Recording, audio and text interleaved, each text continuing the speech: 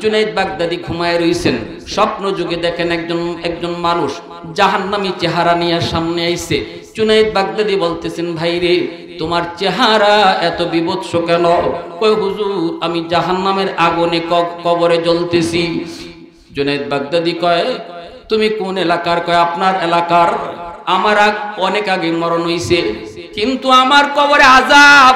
আমি আপনার কাছে একটা সাহায্যের জন্য আইছি। আল্লাহ আমারে জানাইছে দুনিয়াতে আমি আমার একটা মেয়ে রাইখা আইছি, আমার মেয়েটাই যদি আমার নামে দান সদকা করি আল্লাহ এই উসিলায় আমার কবরের আযাব মাফ করে দিব। জুনাইদ বাগদাদি কয় মেয়েটার ঠিকানা দাও। ঠিকানা ঘুমের মধ্যে তিনি ঠিকানা লইছেন। লইয়া জুনাইদ বাগদাদি ঘুম থেকে উইটা মেয়েটার সন্ধানে বের হলেন। মানুষকে বলতেছেন মেয়েটা কোথায়? মানুষেরা কয় হুজুর এই মেয়েটার চরিত্র খারাপ, ওর কাছে যায়েন না।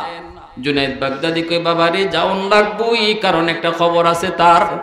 যা দেখলেন নদীর ঘাটে গোসল করে। জুনাইদ বাগদাদি যায় দাঁড়ায় রইলেন। মহিলা গোসল থেকে উঠছে, মেয়েটা ওইটা কয় মৌলবি কি চাও? জুনাইদ বাগদাদি কয় মারে আমি কিছু চাইতে আসি নাই, আমি একটা খবর দিতে এসেছি। কয় কার খবর? কয় তোমার আব্বার খবর। মেয়েটাই কয় আমার আব্বার আবার কার খবর?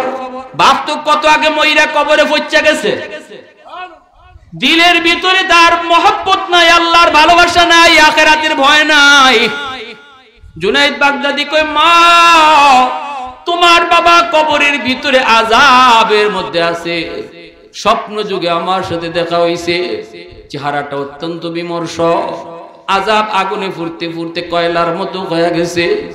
আল্লাহ জানাইছে তুমি যদি তার জন্য একটু দান সদকা করো রে মা, আল্লাহ তার কবরের আযাবটা মাফ করে দিব। আমি এই সংবাদটা তোমার কাছে জানাইতে আইছি। সন্তান যদি দুনিয়াতে নেককার বানায় যাও, আলেম বানায় যাও, কোরআন শিখায় যাও, পর্দার ভিতরে সন্তানরে রাখার চেষ্টা করো রে যুবক। দুনিয়া থেকে একদিন বিদায়ের পর সন্তানের নেক আমলের অংশ বাপ মা কবরে যায় পাইব। আর যদি সন্তান বক্তার হয়, দিন শিখাও না, কোরআন শিখাও না, আখিরাত বুঝাও না, যত অন্যায় করবো অন্যায় কাজের একটা অংশ কবরে তার বাপ মায়ে পাইব। আমার নিজের চোখে দেখা সন্তান যদি দিনদার হয়, আল্লাহওয়ালা হয়, বাবার কবরের পাশে গিয়া কোরআন পড়ে, কিন্তু সন্তান যদি দিন না বুঝে কবরের পাশ দিয়া গান গাইয়া জায়গা, দিলের ভিতরে একটু ভয় লাগে না? কেমন সন্তান বানায় যাইতেছে একটু চিন্তা করে দেখো।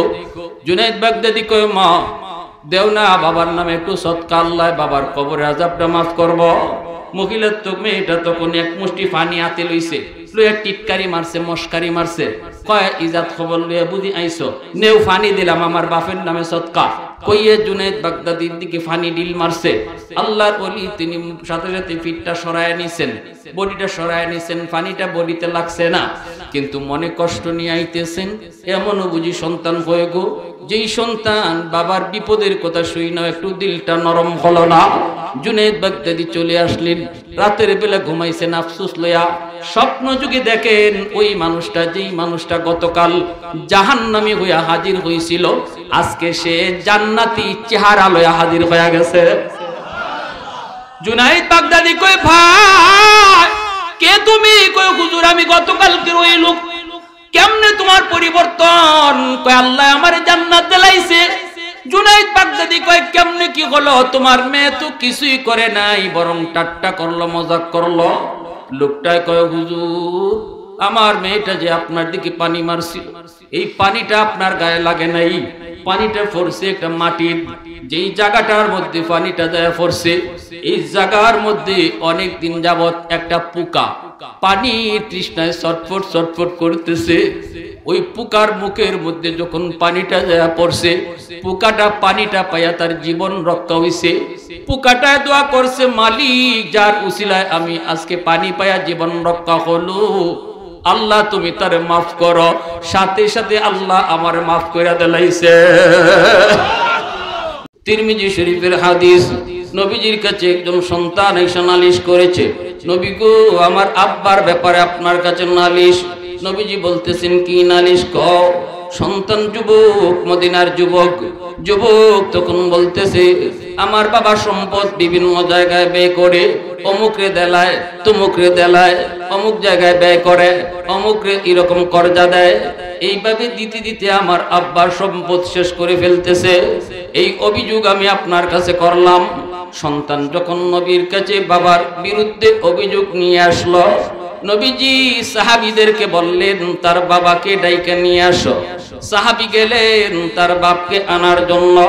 তখনই আল্লাহ পাক জিব্রাইলকে নবীর কাছে পাঠিয়ে দিয়েছেন।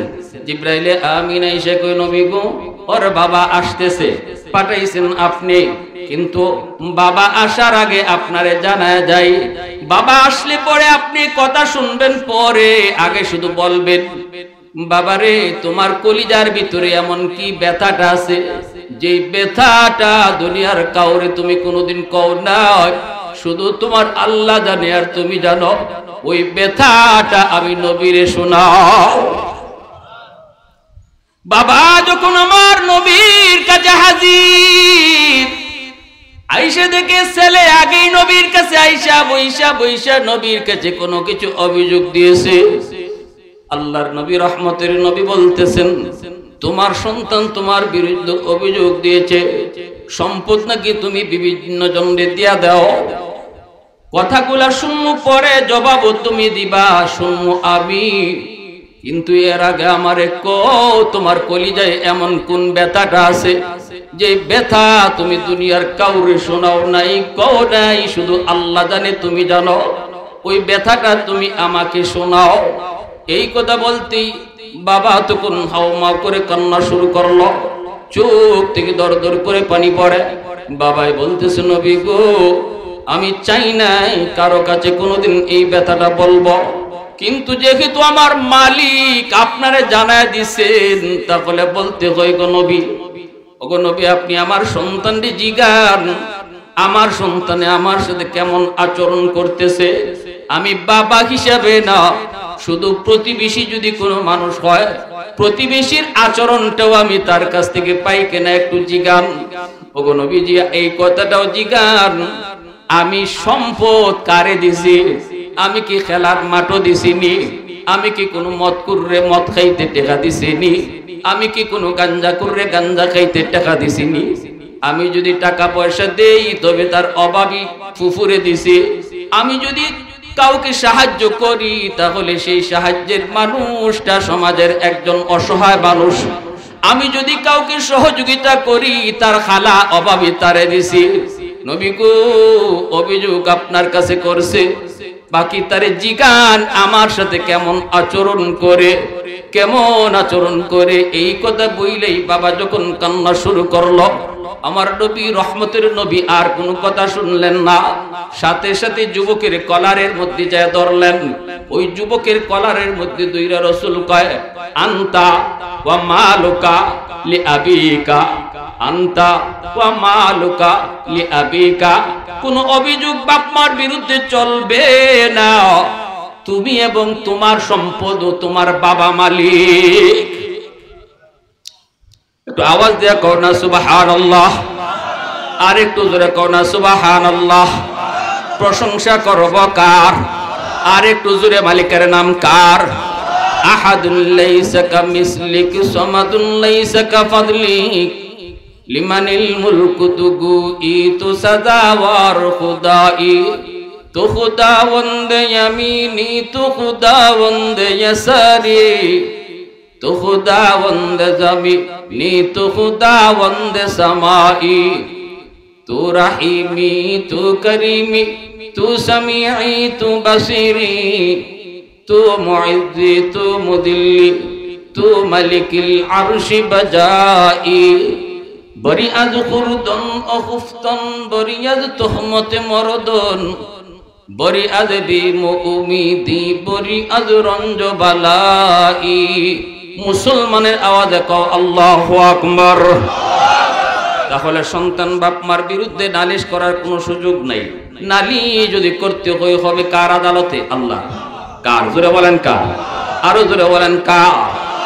দুনিয়ার জমিনে কোনো সন্তান বাপ মার সাথে খারাপ আচরণ করার কোনো সুযোগ ইসলামে দেয় নাই, কোনো সুযোগ ইসলামে দেয় নাই।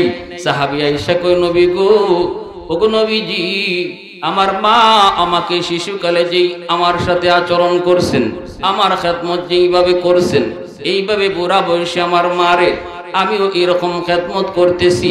রাসূল বলতেছেন কি রকম একটু শোনাও।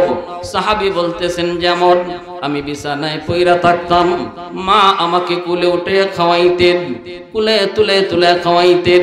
আজ আমিও আমার বুড়া মাকে নিজের হাতে তুলায় তুলায় খাওয়াই। ওগো নবীজি, আমি যদি বিছানায় প্রস্রাব পায়খানা করেছি, আমার মা কাউকে দিয়া পরিষ্কার করায় নাই, নিজের হাতে পরিষ্কার করেছে। আজ আমার মা বৃদ্ধা বিছানায় পড়ে আছেন, আমার মা যদি বিছানায় প্রস্রাব পায়খানা করে, আমিও আমার এই কামটা কাউরে দিয়া করাই না, সন্তান হিসেবে নিজের হাতে করি। আল্লাহু আকবার। জোরে কও।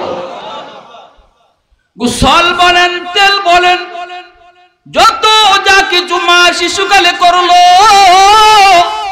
শীতের দিনে মা আমাকে নিয়ে যেইভাবে সকালবেলা শীতের রোদে শুকাইতো, আজ আমি আমার মাকেও এরকম কোলে নিয়া শীতের দিনের সকালবেলা রোদ আমি পোহাই। অর্থাৎ কোন দিক দিয়ে আমি কম না, মা যা করছে তাই করতেছি। ওগো নবীজি, এখন শুনতে মন চায় আমার বদলা হইছে নি, মারিন সুদ হইছে নি। আল্লাহ নবী ক সম্ভব হয় নাই, আসমান জমিন এখনো তফাৎ। আল্লাহু আকবার। জোরে কর। সাহাবী জিজ্ঞেস করতে চান নবী গো, ওগো নবীজি কেন? আমি তো সমানে সমানে বদলা নিতেছি, সমানে সমানে খেদমত করতেছি, কেন হবে না? রাসূল বলতেছেন এক কারণে হবে না। কারণটা হলো যেদিন তোমার মা তোমার প্রস্রাব পায়খানা নিজের হাতে পরিষ্কার করেছে, ওই দিন তোমার মার মনের মধ্যে একটা দোয়া ছিল, দোয়া হাতে ছিল তোমার পায়খানা, কিন্তু দিলের ভিতরে ছিল আনন্দ আর কইতেছিল আল্লাহ আমার মানিক রে তুমি লম্বা হায়াত দিও, আল্লাহ আমার সন্তান রে তুমি ওলি বানায়ো, আমার সন্তান রে তুমি দরবেশ বানায়ো। লম্বা লম্বা হায়াতের দোয়া ছিল সেই দিন তোমার মার অন্তরে। আজকে তুমি মার খেদমত ঠিকই করো, পায়খানা পরিষ্কার করো ঠিক, কিন্তু মার লম্বা হায়াতের দোয়া নাই। তোমার মনের ভিতরে হলো এই কষ্ট আর কয়দিন করব, কয়দিনই মার দুনিয়াতে বাঁচবে, কিছুদিনের ভিতরে হয়তো মা চলে যাবে। তোমার দিলের ভিতরে হলো মা দুনিয়া থেকে তাড়াতাড়ি বিদায় হওয়ার, আর তোমার মার কলিজায় ছিল তোমার লম্বা হায়াতের দোয়া।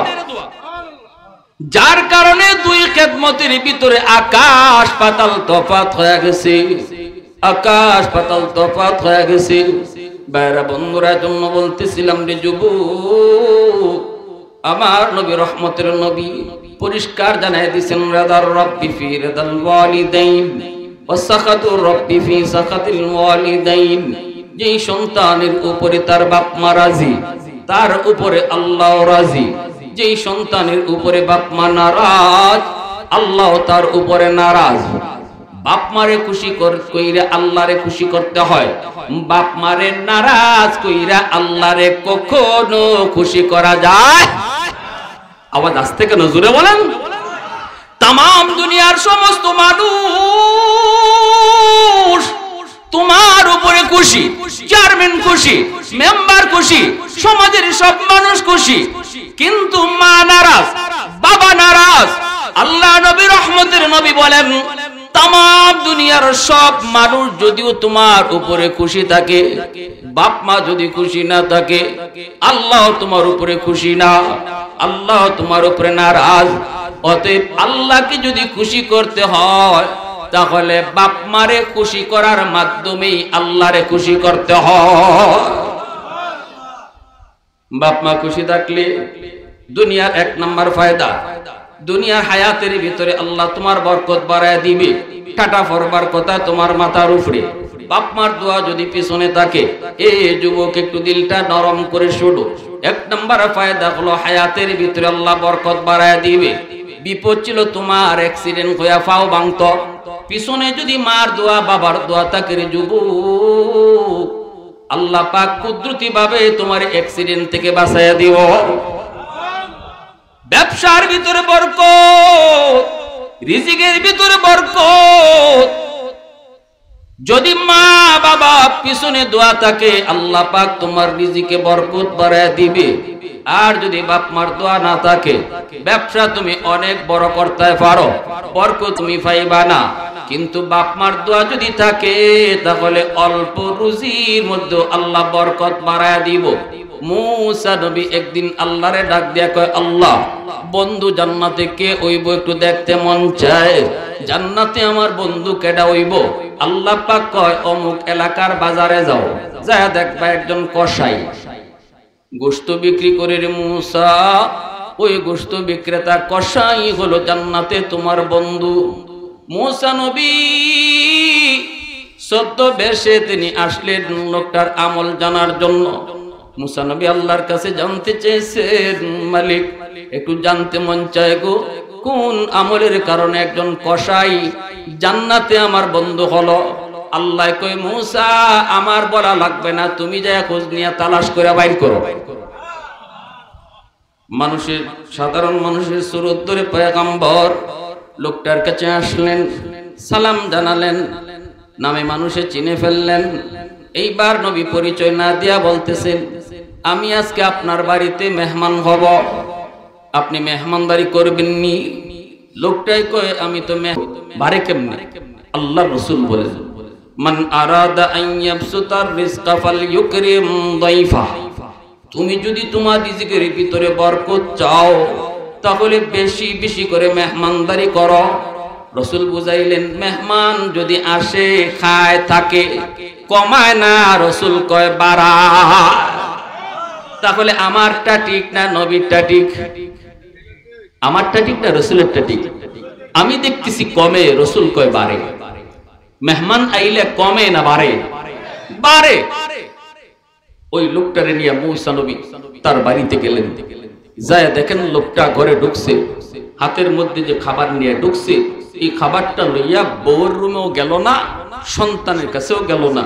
একটা ছোট্ট যে ঘরটা আছে এই ঘরটার ভিতরে যে ঢুকলো, ঢুককেই পালঙের মধ্যে একটা কবুতরের বাচ্চার মতো একজন বুড়া মহিলা বিছনাত পড়ে রইছে, গিয়া ওই মা কইয়া জড়ায়া দইরা কুলের মধ্যে তুলিয়া হাতের যে খাওয়ান আছিল এই খাওয়ানটা তুলাইয়া তুলাইয়া মারে খাওয়াইতেছে। মুসা আলাইহিস সালাম দেখতেছেন ছোট ছোট দুইটা বাচ্চা সারা দিন যাবত কিছু খায় নাই। বাবার দুই পাশে আইসা বাবার কোমরে দইরা কইতেছে, আব্বু পেটের ক্ষুধায় আর বাঁচি না গো, ও বাবা তাড়াতাড়ি খানা দাও। কিন্তু বাবা সন্তানের মাথার মধ্যে হাত বুলাইয়া কয়, বাজান রে একটু সবর করো, আগে তোমাদের দাদুরে আমি খানা খাওয়ায়া নেই।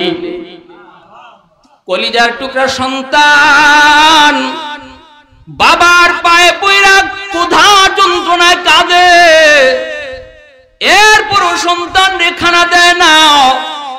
মাথায় হাত বুলাইয়া বুঝ দিয়া কই, বাবা একটু ধৈর্য ধরো, আগে তোমার দাদুরে খানা খাওয়ায় নেই। মারে খানা খাওয়াইতেছে আর বাচ্চাগুলা বাবার পায়ের পাশে পইরা ক্ষুধার যন্ত্রণায় কান্দে। আজকে আমি আপনি বাজার থেকে খানা লইয়া গিয়া বোর কাছে আগে দেই, কিছু নিয়ে গেলে পরে সন্তানের হাতে আগে দেই, অথচ এই সন্তানের হাতে না দিয়া যদি মার হাতে আগে দিতাই রে যুবক, মা কিন্তু এই খানাটা নিজে খাইতো না, বরং তোমার সন্তান নেই আগে খাওয়াইতো। মায় কইতো আমার নাতি কইরে, মায় কইতো আমার নাতিন কইরে। দাদি কোনদিন, দাদায় কোনদিন নাতি নশা ফালায়া খায় না। কিন্তু তুমি ভুল করেছো, ভুল করেছো।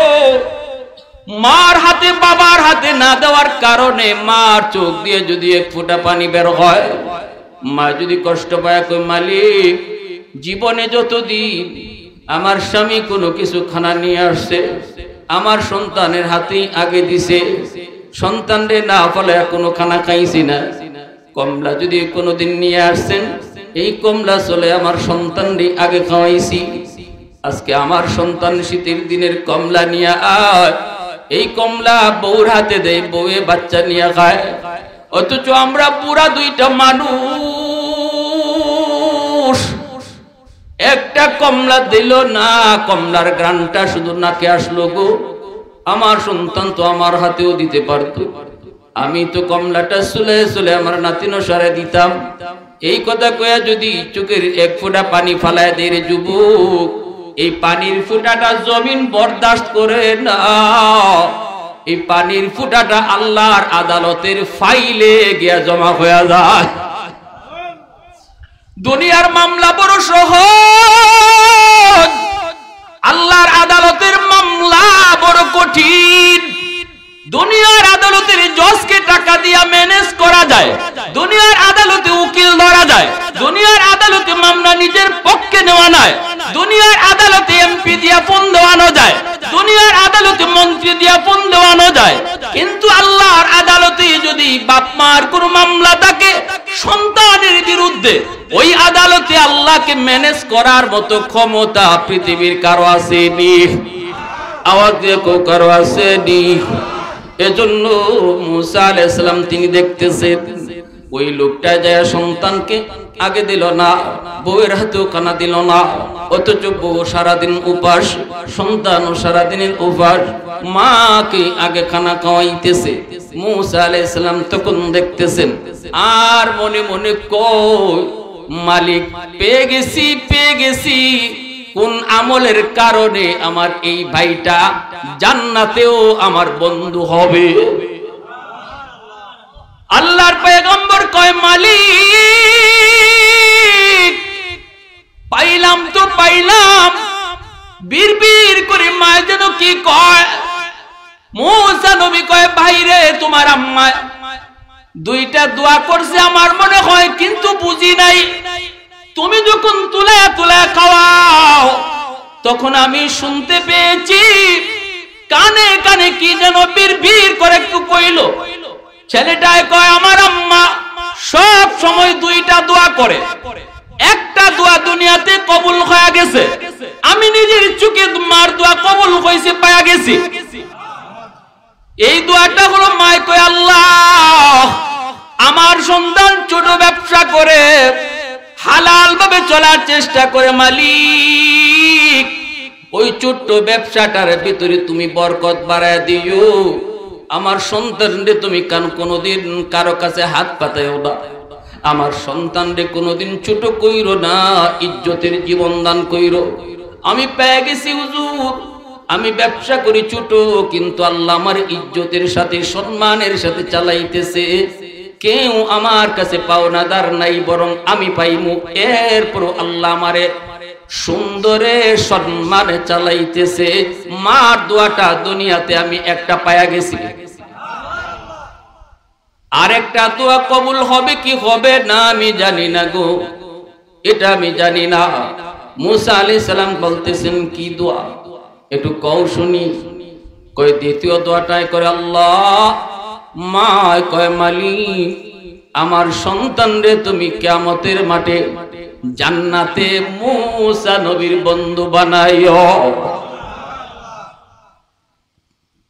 সুবহানাল্লাহ, আওয়াজ দিয়ে কইতে, আল্লাহু আকবার। মুসলমানের আওয়াজে আল্লাহু আকবার, আরো জোরে আল্লাহু আকবার। একটু আল্লাহ নামের জিকিরটা মন থেকে করেন, আল্লাহ আল্লাহ আল্লাহ আল্লাহ।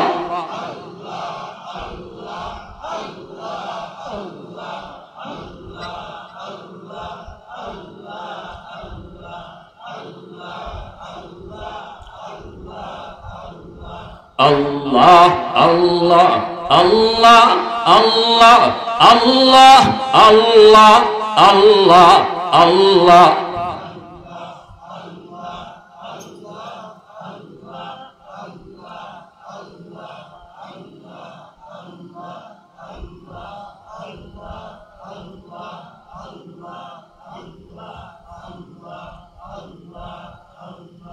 আল্লাহ আল্লাহ আল্লাহ আল্লাহ আল্লাহ আল্লাহ আল্লাহ আল্লাহ। বাইরে ঘরের মধ্যে আল্লাহ নামের জিকির এভাবে করার পরিবেশ পাই না, সুন্দর একখান পরিবেশ পাইছি জান্নাতি বাগানে। একটু দিল থেকে আল্লাহরে ডাকেন, আল্লাহ আল্লাহ আল্লাহ আল্লাহ।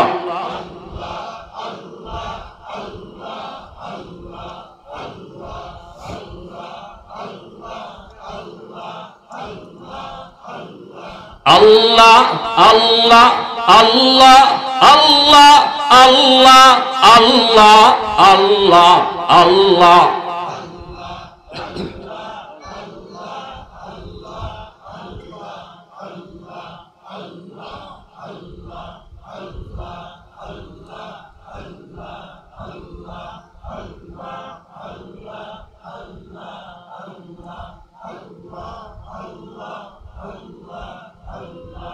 লা ইলাহা ইল্লাল্লাহু মুহাম্মাদুর রাসূলুল্লাহ।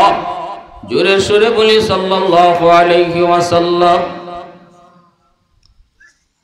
যেই মাত্র মুসা আলাইহিস সালাম বর শুনতে চাইলেন, কি এমন দ্বিতীয় দোয়া, যেই দোয়াটা কবুল হবে কি হবে না তুমি জানো না?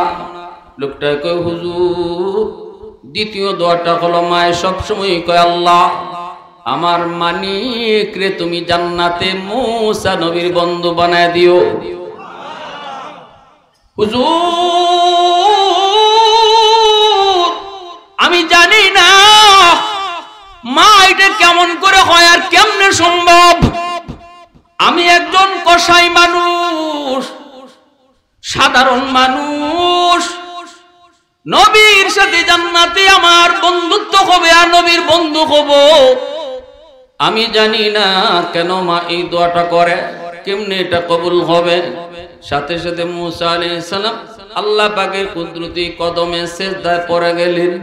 মুসা নবী সিজদায় পড়ে কান্দে, যুবককে টান দিয়া বুকে নিয়া কই, যুবক আয় আমার বুকে আয়, আয় আমার বুকে আয়। তোমার মায়ের দ্বিতীয় দোয়াটাও আল্লাহর দরবারে কবুল হয়ে গেছে। আমি হলাম বনে ইসরাইলের পয়গম্বর, আমার নাম হলো মুসা। আমি মালিককে প্রশ্ন করেছিলাম, মালিক জান্নাতে আমার বন্ধু কে হবে, দেখতে মন চায়। আল্লাহ আমাকে তোমার ঠিকানায় পাঠিয়ে দিয়েছে। আমি আল্লাহর কাছে জানতে চেয়েছিলাম, মালিক একজন কসাই মানুষ কেমন করে জান্নাতে আমার বন্ধু হবে গো? আল্লাহ একটু কও না তার কি নেক আমল। আল্লাহ আমারে কয় নাই, না কইছে বন্ধু ও পয়গম্বর তুমি নিজে যায় তালাশ করে দেখো কোন আমলের কারণে সে তোমার বন্ধু হলো। বাইরে আয় আমার বুকে আয়, আমার বুঝ হয়ে গেছে তোমার মার দোয়ার কারণে আল্লাহ তোমাকে জান্নাতে আমার বন্ধু বানায়া রাখছে। এজন্যই বলতেছি যুবক, বাপ মার দোয়া আল্লাহর দরবারে সরাসরি কবুল। বাপ মার বদ্ধ আল্লাহর দরবারে কবুল। সালাসাতুন দাওয়াতুম মুস্তাজাবাতুন লা শাক্কা ফীহ, দাওয়াতুল মাজলুম ওয়া দাওয়াতুল মুসাফির ওয়া দাওয়াতুল ওয়ালিদ আলা ওয়ালাদিহি। রাসূল বলেন তিন ব্যক্তির দোয়া বদদোয়া সরাসরি আল্লাহর কাছে কবুল। দোয়া করলেও কবুল, বদদোয়া দিলেও কবুল। এক হলো মজলুমের দোয়া বদদোয়া, সমাজের ভিতরে যারা দুর্বল ওই দুর্বল মানুষের বদদোয়া এটা আল্লাহর দরবারে কবুল হয়ে যায়। সমাজের মানুষ এক শ্রেণীর মানুষ আছে সবল, আর এক শ্রেণীর মানুষ আছে দুর্বল।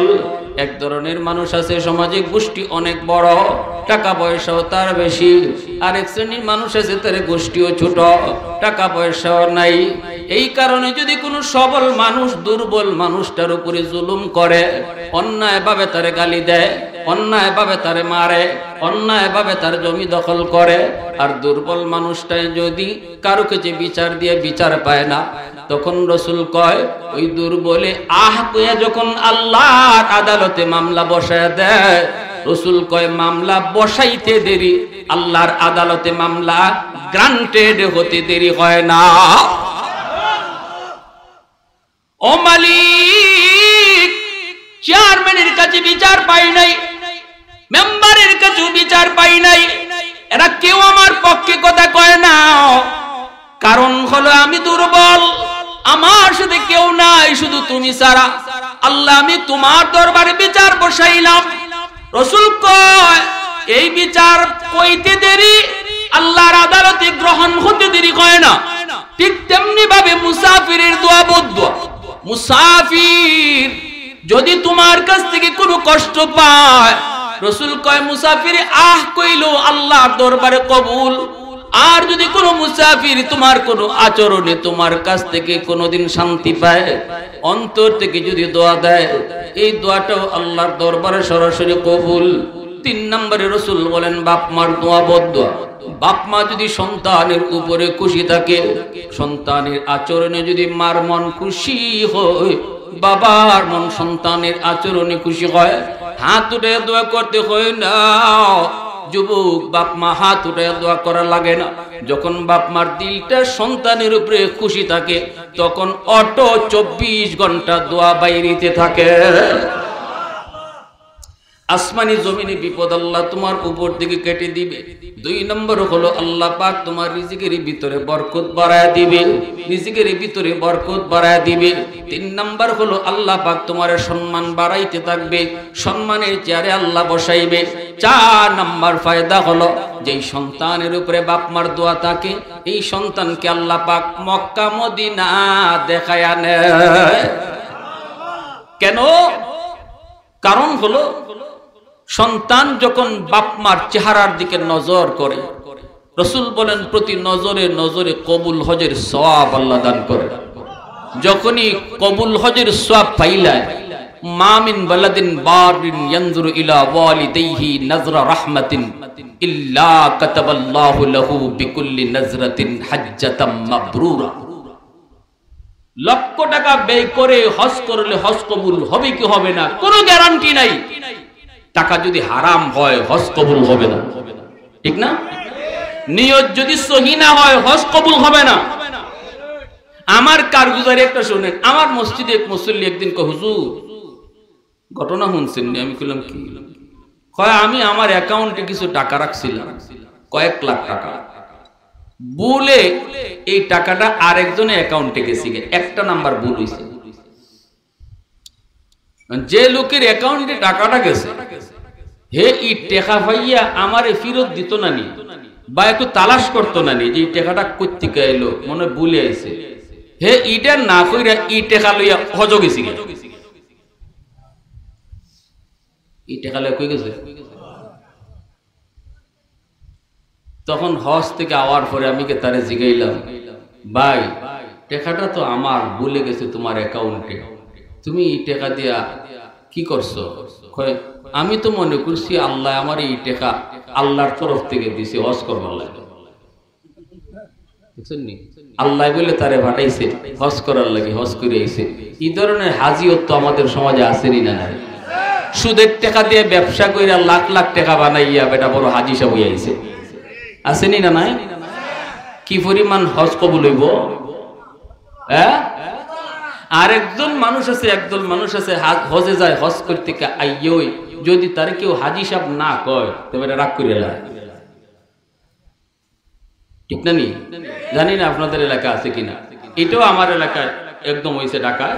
হুজুর ওই যে ওই অমুক অমুকটা যে সওদাগর সাথে চিনেন না? আমি চিনি তো, আমার মুসল্লি।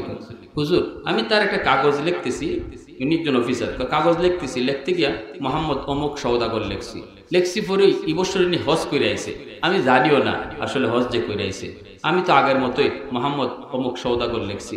তখন সে আমারে কইতেছে, হ্যাঁ অফিসার হইতে পারো কিন্তু লেখা শিখো নাই, নামই লিখতে জানো না। তখন কইলাম ভাই আমি আপনার নাম তো এটাই। হ্যাঁ এটাই তো জানো না, এবার যে আমি হজ করে আইছি। তো ভাই কি হয়েছে? হজ করেছে আসলে আমি জানি না। কয় মিয়া 3 লাখ টাকা দিয়ে হজ করে আইছি, নামটার আগে আলহাজ লেখো। নামটার আগে যে লোকে হজে যাওয়ার আগে নিয়ত করে নামের আগে আলহাজ লাগাইতো, নামের আগে হাজি সাহেব লাগাইতো, হাজি সাহেব না কইলে তার কলজাতকে লাগে, তাইলে বোঝা গেল সে হজ করছে আল্লাহরে খুশি করার লাগি না, বরং হজ করছে হাজি সাহেব ডাক শুনবার লাগি। হাসরের মাঠে আল্লাহ কইব যে উদ্দেশ্য হজ করছিলাই এটা দুনিয়াত পাইলিছো, জাহান্নামে যাও। কি কইব আল্লাহ? জাহান্নামে। এজন্য যে কোনো কাজের, যে কোনো কাজ, নামাজ বলি, রোজা বলি, হজ বলি, দান সদকা বলি, তাসবিহ বলি, তাহলিল বলি, ওয়াজ মাহফিল বলি, যত যা কিছু দিনী কাজ করি, প্রত্যেকটা দিনী কাজের নিয়ত হতে হবে কাকে খুশি করা, মানুষের বাহবা পাওয়া নয়। যদি খালি নিয়ত থাকে মানুষে কইব না বা করছে, আল্লাহ হাসরের মাঠে কইব যেটা চাইছলাই এটা ভাই নিছো, মানুষে তোমারে কইছে হওয়ার মতোই, তখন জাহান্নামে যাও। নাই, আমি আল্লাহর কাছে কিছু নেই, আমার কাছে পাওয়ার কিছু নেই। আল্লাহ আমাদের সহি বুঝদান করো, সবাই বলি আমিন, আরো জোরে বলি আমিন। যুবকরা ওয়াজ মাহফিল করাইতেছো মানুষের কাছ থেকে বাহবা পাওয়ার জন্য না আল্লাহরে খুশি করার জন্য? আল্লাহরে খুশি করার জন্য। এখান থেকে একজন মানুষও যদি, একটা যুবকও যদি দিলটা নরম করে যায়, আল্লাহ জীবনে যা ভুল করছি ভুল, সব ভুল, আমার মারে কষ্ট দিছি, আজ রাতে আমি মার কাছে মাপ না চাইয়ে ঘুমাইতাম না, শুধু এই নিয়ত করে যায় আর মারেকে খুশি করে লায়, মাহফিল করানি সার্থক, আমরা আওয়াও সার্থক, আপনারা বসাটাও সার্থক। ঠিক না? নিজের এখন আর নতুবা কোটি টাকা খরচ করলায়, এখান দিয়ে শুনছে ওইখান দিয়ে গেছি গা, আর কইছে না বা লাখ লাখ মানুষ হইছে, মাহফিল হইছে, আল্লাহর কাছে জিরো। আল্লাহর কাছে কি? আল্লাহর কাছে কষ্ট হইতেছে আপনাদের? মনোযোগ কার কার আছে একটু হাত উঠে আল্লাহরে দেখান। আল্লাহ কবুল করো, সবাই বলে না। আমার ভাইরা বন্ধুরা, যুবক, যে কথা বলতেছিলাম, ওই যে আমার ভাইরা বন্ধুরা, লক্ষ টাকা ব্যয় করার পর হজ কবুল হবে কি হবে না কোনো গ্যারান্টি নাই। টাকা যদি হালাল না হয় হজ কবুল হবে না। আরেকজনের টাকা মাইরা হজে গেলে হজ হয়? জোরে কও। জমি দখল কইরা যদি হজে যাও হজ কবুল হবে না রে যুবক। আগে যার জমি দখল করছো এটা ফেরত দেও, এরপরে হজের নাম লো। ঠিক না? মানুষের টাকা মাইরা বয়ে রইছো, বছরে বছরে হজে যাও, হাজি নাম লাগাইতে পারবা, আল হাজ উপাধি লাগাইতে পারবা, কিন্তু আল্লাহর কাছে এই হজের কোনো সওয়াব পাওয়া যাবে না। কিন্তু যদি রাসূল বলতেছে মা মিন ওয়ালাদিন বারিন ইয়ানজুরু ইলা ওয়ালিদাইহি নাজরা রাহমাতিন ইল্লা কাতাবাল্লাহু লাহু বিকুল্লি নাজরাতিন হাজ্জাতাম মাবরুরা। রাসূল বলতেছেন কোন সন্তান যদি মার দিকে বাবার দিকে মায়ার নজরে তাকায়, মার সাথে গল্প করে, বাবার সাথে সংসারের পরামর্শ করে, বাবা যদি কিছু কয় রাগ করে না, ধমক দেয়া কথা কয় না, মার সাথে চোখ লাল করে না। এ যুবক একটু মনে কইরো, শিশুকালে তুমি আমিও এমন অসহায় ছিলাম, তোমার আমার পকেটেও টাকা ছিল না, পকেটে টাকা ছিল বাবার। যতগুলা আবদার আমি তুমি করেছি সবগুলি আবদার বাবাই পূরণ করছে। কোনদিন বাবা রাগ করে না, এই কথা বাপে কয় নাই তোর খালি এটা লাগবো, এটা লাগবো, এটা লাগবো, এটা লাগবো, কত দিব, টাকা তো নাই, পকেট তো খালি। একবারও কয় না, ধমক দেয় না, বরং বাজারে গেলে পরি বাবা বাড়িতে আসার আগে যখন পকেটের দিকে তাকায় দেখে টাকা নাই, কিন্তু মনে মনে কই আমার সন্তান গেলে পরি তুই কই বাবু মজা আনছনি। তখন ওই দুঃখী বাবা, গরিব বাবা মানুষের কাছ থেকে ধার করে হলো, ঋণ করে হলো, দোকান থেকে বাকি হলো, তোমার আমার জন্য কিছু না কিছু লইয়া বাড়ি তাইতো। আজকে একটু চিন্তা করে দেখো, আজ তুমি রুজি করো, বাবার পকেট খালি। শিশুকালে তোমার ছিল পকেট খালি, বাবার পকেট করো। ওই দিন বাবার আচরণ একটু খেয়াল কইরা, আজকে বাপ মার সাথে তুমি এমন আচরণ কইরো। বাবা যদি কয় বাবা ওষুধ নাই, ধমক দিস না রে যুবক। মা যদি কয় বাবারে ফান নাই, ধমক দিস না রে বাবা। তোকে টাকা পকেটে না থাকলেও বুঝ দিয়া কইও আম্মা আজকে আমার পকেটে টাকা কম, মা গো আজকে আনতে পারবো না, একটু বুঝ দিয়ে কইও, ধমক দিও না। বাবার যদি ওষুধ না থাকে ধমক দিস না। বুঝের মাধ্যমে বাবার কইও, বুঝের মাধ্যমে বাবার কইও। রসুল বলতেছে যখনই বাবার সাথে মার সাথে মায়ার নজরে নজরে কথা কইবা, যতবার নজর মার বাবার চেহারার দিকে তোমার পড়ল, ততবারই আল্লাহ পাক আমল নামায় কবুল হজের সওয়াব আল্লাহ উঠায় দিব। লক্ষ টাকা খরচ করে হজ কবুল হবে কি হবে না গ্যারান্টি নাই, কিন্তু মার সাথে বাবার সাথে ভালো আচরণ করো, মার দিকে মায়ের নজরে তাকায় কথা কইও, চোখ লাল করে না, বাবার দিকে চোখ লাল করে না, কিরিমিরি খায় না, রাগান্বিত হয় না, নরম নরম হয়ে কথা কও। রাসূল কয় যতবার চাইছো ততবার আল্লাহ পাক তোমার আমল নামায় কবুল হজ উঠা দিব। সাহাবীরা নবীর প্রশ্ন করেছিলেন, নবী গো দিনে যদি 100 বার সন্তানে এইভাবে তাকায় আল্লাহ কি দৈনিক 100টা হজের সওয়াব দিব? রাসূল কয় আমার আল্লাহর ভান্ডার কম না, আমার আল্লাহর ভান্ডার ছোট না, 100 বার যদি নজর করে দৈনিক 100টা হজ আল্লাহ তারে দান করব। মুসলমানের আওয়াজে কও আল্লাহু আকবার, আরো জোরে আল্লাহু আকবার, আরো জোরে আল্লাহু আকবার। ভাইরা বন্ধুরা এজন্য বলতেছিলাম রে যুবক, আমার রাসূল মায়ের নবী রহমতের নবী কয় যদি বাপ মার দোয়া থাকে, ওই বাপ মার দোয়ার ওসিলায় একটা ফায়দা হলো আল্লাহ পাক দুনিয়াতে তারে হজ করাইব। কেন করাইব? কারণ বাপ মার নজরে নজরে কবুল হস্ত তার আমল নামায় উঠতেই রয়েছে। ফেরেশতারা তখন আল্লাহরে কইব মালিক যার আমল নামায় এমনিতেই হজ উঠতে রয়েছে অসংখ্য, দুনিয়ার জমিনে তুমি তারে হজটা করায়া দাও। ফেরেশতারা কইব আল্লাহ এমনি তো তার আমল নামায় হজ উঠতে রয়েছে, অতএব বাস্তবও তারে হজ করায়া দাও। গরিব হইল মা ভক্ত বাবা ভক্ত সন্তানকে আল্লাহ পাক দুনিয়াতে হজ কবুল করায়া নেয়।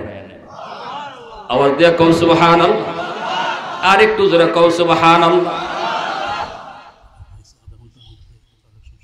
আচ্ছা, তাহলে বোঝা গেল কি?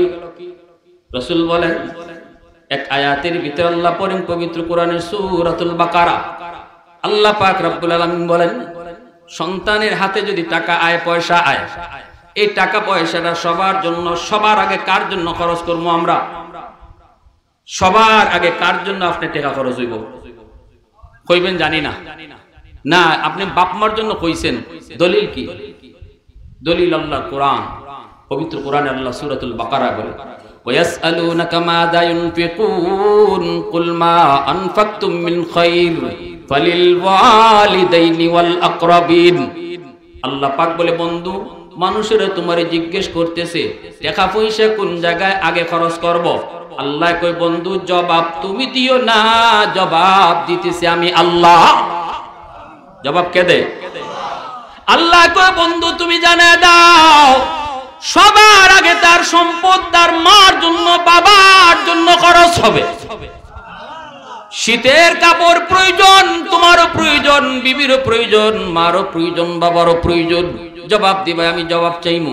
যুবক এখান থেকে কোনো একজন যুবক জবাব দিবাই, বলো তো দেখি শীতের দিনে শীতের কাপড় সবারই লাগে, তোমারও লাগবো, তোমার বিবিরও লাগবো, সন্তানেরও লাগবো, মারও লাগবো। বলো তো এবার বাজারে গিয়া কার শীতের কাপড়টা আগে কিনবাই? জোরে কও, জোরে কও। সিদ্ধান্ত আমার না আল্লাহ। জোরে কই। সূরাতুল বাকারা আল্লাহ নিজে বলতেছে সাবধান, শীতের কাপড়টা বোন লাগে আগে কিনবা না, শীতের কাপড়টা সবার আগে মার জন্য কিনবা। শীতের কাপড়টা তোমার জন্য আগে নয়, শীতের কাপড়টা সবার আগে বাবার জন্য কিনো। কারণ আল্লাহ বলতেছে টাকা সবার আগে বাপ মার জন্য খরচ করতে হবে। ঔষধের প্রয়োজন তোমারও, আমারও, বাচ্চারও, মারও। পকেটে আছে শুধু এই পরিমাণ টাকা, একজনের ওষুধ কিনা যাবে। তোমারটা কিনলে সন্তানেরটাও কিনা যাবে না, মারটাও কিনা যাবে না। মারটা যদি কিনো আর কারো কিনা যাবে না। বলো তো দেখি এইবার কারটা আগে কিনবা? মার ওষুধ আগে কিনো, আগে কিনো। সিদ্ধান্ত কার? জোরে কও, সিদ্ধান্ত কার? আল্লাহ পাকের সিদ্ধান্ত, আল্লাহর সিদ্ধান্ত। এজন্য ভাইরা বন্ধুরা, সন্তান যদি বাপ মার নামে দান করে, বাপ মার নামে যদি সদকা করে, এই দানটাও আল্লাহ পাক রব্বুল আলামিন কবরে নগদ পৌঁছায়। দানের উসিলায় আল্লাহ পাক কবরের আযাব মাফ করে। একটা ঘটনা কই আমি আপনাদের দিকে আগাইতেছি। একটা কথা নিয়া জুনাইদ বাগদাদি ঘুমায় রইছেন। স্বপ্ন যুগে দেখেন একজন মানুষ জাহান্নামী চেহারা নিয়ে সামনে আইছে। জুনাইদ বাগদাদি বলতেছেন, ভাই রে, তোমার চেহারা এত বিভৎস কেন? কই হুজুর, আমি জাহান্নামের আগুনে কবরে জ্বলতেছি। জুনাইদ বাগদাদি কয়, তুমি কোন এলাকার? কয় আপনার এলাকার। আমার অনেক আগে মরণ হইছে, কিন্তু আমার কবরে আযাব। আমি আপনার কাছে একটা সাহায্যের জন্য আইছি। আল্লাহ আমারে জানাইছে দুনিয়াতে আমি আমার একটা মেয়ে রাইখা আইছি। আমার মেয়েটাই যদি আমার নামে দান সদকা করি, আল্লাহ এই উসিলায় আমার কবরের আযাব মাফ করে দিব। জুনাইদ বাগদাদি কয়, মেয়েটার ঠিকানা দাও। ঠিকানা, ঘুমের মধ্যে তিনি ঠিকানা লইছেন। লইয়া জুনাইদ বাগদাদি ঘুম থেকে উইটা মেয়েটার সন্ধানে বের হলেন। মানুষকে বলতেছেন, মেয়েটা কোথায়? মানুষেরা কয়, হুজুর, এই মেয়েটার চরিত্র খারাপ, ওর কাছে যায়েন না। জুনাইদ বাগদাদি কয়, বাবা রে, যাওন লাগবই, কারণ একটা খবর আছে তার। যা দেখলেন নদীর ঘাটে গোসল করে। জুনাইদ বাগদাদি যায় দাঁড়ায় রইলেন। মহিলা গোসল থেকে উঠছে, মেয়েটা ওইটা কয়, মৌলবি কি চাও? জুনাইদ বাগদাদি কয়, মারে, আমি কিছু চাইতে আসি নাই, আমি একটা খবর দিতে এসেছি। কয়, কার খবর? কয়, তোমার আব্বার খবর। মেয়েটা কয়, আমার আব্বার আবার কার খবর? বাপ তো কত আগে মইরা কবরে পৌঁছে গেছে। দিলের ভিতরে তার মহব্বত নাই, আল্লাহর ভালোবাসা নাই, আখিরাতের ভয় নাই। জুনাইদ বাগদাদি কয়, মা, তোমার বাবা কবরের ভিতরে আযাবের মধ্যে আছে। স্বপ্ন যুগে আমার সাথে দেখা হইছে, চেহারাটা অত্যন্ত বিমর্ষ, আযাব আগুনে ফুরতে ফুরতে কয়লার মতো হয়ে গেছে। আল্লাহ জানাইছে, তুমি যদি তার জন্য একটু দান সদকা করো রে মা, আল্লাহ তার কবরের আযাবটা মাফ করে দিব। আমি এই সংবাদটা তোমার কাছে জানাইতে আইছি। সন্তান যদি দুনিয়াতে নেককার বানায় যাও, আলেম বানায় যাও, কোরআন শিখায় যাও, পর্দার ভিতরে সন্তান রে রাখার চেষ্টা করো রে যুবক। দুনিয়া থেকে একদিন বিদায়ের পর সন্তানের নেক আমলের অংশ বাপ মা কবরে যায় পাইব। আর যদি সন্তান বদকার হয়, দিন শিখাও না, কোরআন শিখাও না, আখিরাত বুঝাও না, যত অন্যায় করব, অন্যায় কাজের একটা অংশ কবরে তার বাপ মায়ে পাইব। আমার নিজের চোখে দেখা সন্তান যদি দিনদার হয়, আল্লাহওয়ালা হয়, বাবার কবরের পাশে গিয়া কোরআন পড়ে, কিন্তু সন্তান যদি দিন না বুঝে কবরের পাশ দিয়া গান গাইও জায়গা, দিলের ভিতরে একটু ভয় লাগে না? কেমন সন্তান বানায় যেতেছে, একটু চিন্তা করে দেখো। জুনাইদ বাগদাদি কয়, মা, দেও না বাবার নামে একটু সদকা, আল্লাহ বাবার কবরের আযাবটা মাফ করব। মহিলার তো মেয়েটা তখন এক মুষ্টি পানি হাতে লইছে, লইয়া টিটকারি মারছে, মস্কারি মারছে। কয়, ইজাত খবর লইয়া বুঝি আইছো, নেও পানি দিলাম আমার বাপের নামে সদকা। কইয়ে জুনাইদ বাগদাদির দিকে পানি ডিল মারছে। আল্লাহর ওলি তিনি সাথে সাথে ফিটটা সরায় নিছেন, বডিটা সরায় নিছেন, পানিটা বডিতে লাগছে না, কিন্তু মনে কষ্ট নিয়ে আইতেছেন। এমনও বুঝি সন্তান হয়ে গো, যেই সন্তান বাবার বিপদের কথা শুই না একটু দিলটা নরম হলো না। জুনাইদ বাগদাদি চলে আসলেন, রাতের বেলা ঘুমাইছেন আফসোস লইয়া। স্বপ্ন যুগে দেখেন ওই মানুষটা, যেই মানুষটা গতকাল জাহান্নামী হইয়া হাজির হইছিল, আজকে সে জান্নাতি চেহারা লইয়া হাজির হয়ে গেছে। জুনাইদ বাগদাদি কয়, ভাই কে তুমি? কয়, হুজুর, আমি গতকালকের ওই লোক। কেমনে তোমার পরিবর্তন? কয়, আল্লাহ আমারে জান্নাত দিলাইছে। জুনাইদ বাগদাদি কয়, কেমনে কি হলো? তোমার মেয়ে তো কিছুই করে নাই, বরং ঠাট্টা করলো, মজাক করলো। লোকটাই কয়, হুজুর, আমার মেয়েটা যে আপনার দিকে পানি মারছিল, এই পানিটা আপনার গায়ে লাগে নাই, পানিটা পড়ছে একটা মাটির, যেই জায়গাটার মধ্যে পানিটা যায় পড়ছে, এই জায়গার মধ্যে অনেক দিন যাবত একটা পোকা পানির তৃষ্ণায় ছটফট ছটফট করতেছে। ওই পোকার মুখের মধ্যে যখন পানিটা যায় পড়ছে, পোকাটা পানিটা পাইয়া তার জীবন রক্ষা হইছে। পোকাটা দোয়া করছে, মালিক, যার উসিলায় আমি আজকে পানি পাইয়া জীবন রক্ষা হলো, আল্লাহ তুমি তারে মাফ করো, সাথে সাথে আল্লাহ আমারে মাফ কইরা দিলাইছে। মুসলমানের আওয়াজে কও সুবহানাল্লাহ। তাহলে বাপ মার নামে সাহায্য সহযোগিতা দান সদকা করলে বাপ মার লাভ হয়নি না হয় না? আরো জোরে কও হয়নি না হয় না? যাদের বাপ মা আছে এরাও যদি বাপ মার নামে দান করে আল্লাহ বাপ মারে সুস্থ রাখবো, নেক হায়াত বাড়াইবো, ব্রেইনটা ঠিক রাখবো। যাদের বাপ মা দুনিয়াতে নাই, আমরা যদি আজকে মাহফিলে 2টা টাকা দেই, এই দানের খবরটাও আল্লাহ পাক বাপ মার কবরে পৌঁছাইবো, বাবার আত্মা শান্তি পাইব। নেক আওলাদ রেখেছি, আজকে আমার সন্তান আমার কথা ইয়াদ করছে। রাসূল কয় কবরে তখন ঈদের মতো আনন্দ হয়ে যায়।